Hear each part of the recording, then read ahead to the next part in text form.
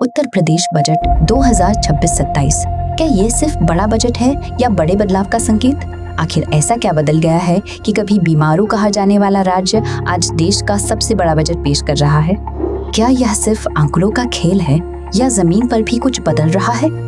योगी आदित्यनाथ की अगुवाई में उत्तर प्रदेश ने इस बार 9,12,000 करोड़ रुपए से ज्यादा का बजट पेश किया है। और यह सिर्फ एक और बजट नहीं है, यह लगातार 10वां बजट है जो एक ही मुख्यमंत्री के नेतृत्व में आया है। यह अपने आप में एक राजनीतिक और प्रशासनिक रिकॉर्ड है, लेकिन असली सवाल यह है, इतिहास बनाना आसान है, क्या इतिहास बदलना भी उतना ही आसान है? पहला बड़ा सवाल, बजट बड़ा है पर क्या प्रभाव भी बड़ा होगा? बजट का आकार 9,12,000 करोड़ से अधिक। तुलना करें तो महाराष्ट्र लगभग 7,57,000 करोड़ के साथ दूसरे स्थान पर है। इसके बाद तमिलनाडु, कर्नाटक, मध्य प्रदेश और गुजरात जैसे राज्य आते हैं, लेकिन बजट का साइज ही सब कुछ नहीं होता। घर का बजट भी बड़ा हो सकता है, पर अगर खर्च सही दिशा में ना जाए तो घर आगे नहीं बढ़ता। सरकार का दावा है कि यह बजट 4 स्तंभों पर खड़ा है: सुरक्षित नारी, सक्षम युवा, खुशहाल किसान। तकनीकी निवेश से समृद्ध प्रदेश। अब इसे थोड़ा सरल भाषा में समझते हैं। कानून व्यवस्था, क्या विकास की पहली शर्त पूरी हुई? एक समय था जब उत्तर प्रदेश की पहचान अपराध, माफिया और राजनीतिक अस्थिरता से जुड़ी रहती थी। निवेशक डरते थे, युवा पलायन करते थे, उद्योग लगने से पहले ही ठंडे पड़ जाते थे। आज सरकार कहती है प्रदेश अपराध और माफिया मुक्त हो रहा है। रूल ऑफ लॉ यानी कानून का राज विकास की गारंटी है। सोचिए, अगर आपके पास पैसा हो लेकिन सुरक्षा ना हो, क्या आप निवेश करेंगे? अगर आपकी बेटी सुरक्षित महसूस ना करे, क्या आप शहर बदलेंगे? यही वह मनोवैज्ञानिक बदलाव है जो किसी भी अर्थव्यवस्था की रीढ़ होता है। 10 बजट बिना नया टैक्स। सरकार का एक और बड़ा दावा है, पिछले 9 वर्षों में कोई नया टैक्स नहीं लगाया गया। यह राजनीतिक रूप से बहुत बड़ा संदेश है, लेकिन यहाँ एक गहरी बात समझिए, बिना टैक्स बढ़ाए बजट बढ़ता कैसे है?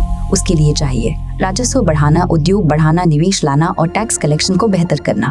अगर ये संतुलन बना रहे तो राज्य आगे बढ़ता है, अगर संतुलन बिगड़ा तो घाटा बढ़ता है। युवा और टेक्नोलॉजी, क्या यूपी AI वेव पर सवार है? आज दुनिया artificial intelligence, blockchain, digital skills की बात कर रही है। बजट में युवाओं के लिए रोजगार, स्किल डेवलपमेंट और तकनीकी निवेश की बात की गई है, लेकिन असली चुनौती क्या है? सिर्फ घोषणा करना आसान है, पर क्या छोटे शहरों तक हाई क्वालिटी ट्रेनिंग पहुंचेगी? क्या सरकारी कॉलेजों में इंडस्ट्री रेडी स्किल्स मिलेंगी? अगर यह हो गया तो उत्तर प्रदेश सिर्फ सबसे बड़ा बजट वाला राज्य नहीं, बल्कि सबसे बड़ा टैलेंट पूल बन सकता है। किसान और महिलाएं, चुनावी वादा या सामाजिक बदलाव? यह बजट 2027 के चुनाव से पहले आखिरी पूर्ण बजट है, इसलिए स्वाभाविक है कि इसमें किसान, महिला और युवाओं पर विशेष ध्यान हो। लेकिन यहाँ एक भावनात्मक सवाल है, क्या यह वोट बैंक बजट है या विजन बजट? अगर किसान की आय सच में स्थिर होती है, अगर महिला सुरक्षा और स्वावलंबन में ठोस सुधार दिखता है, तो यह सिर्फ राजनीतिक नहीं, सामाजिक क्रांति होगी।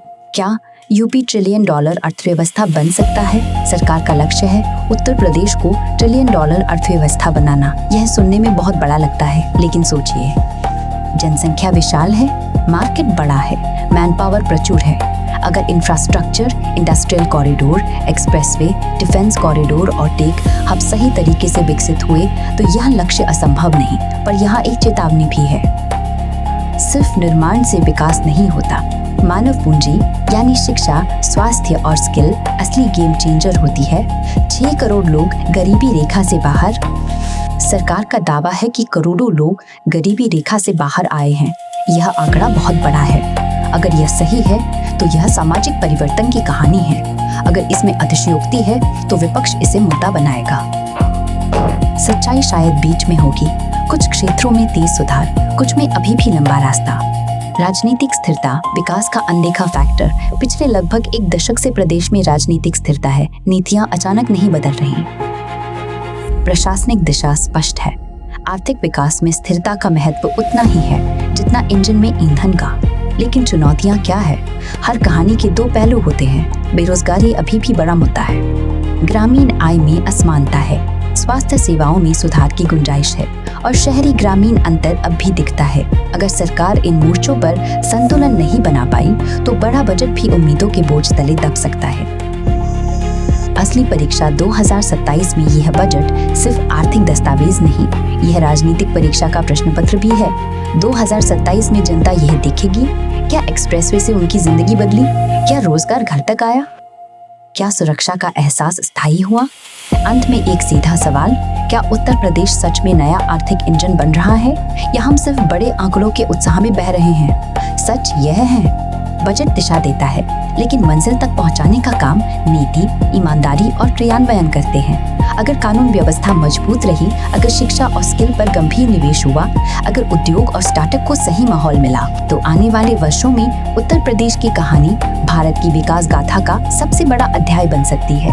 अब आपकी बारी, क्या आपको लगता है यह ऐतिहासिक बजट है या राजनीतिक रणनीति? क्या जमीन पर बदलाव दिख रहा है?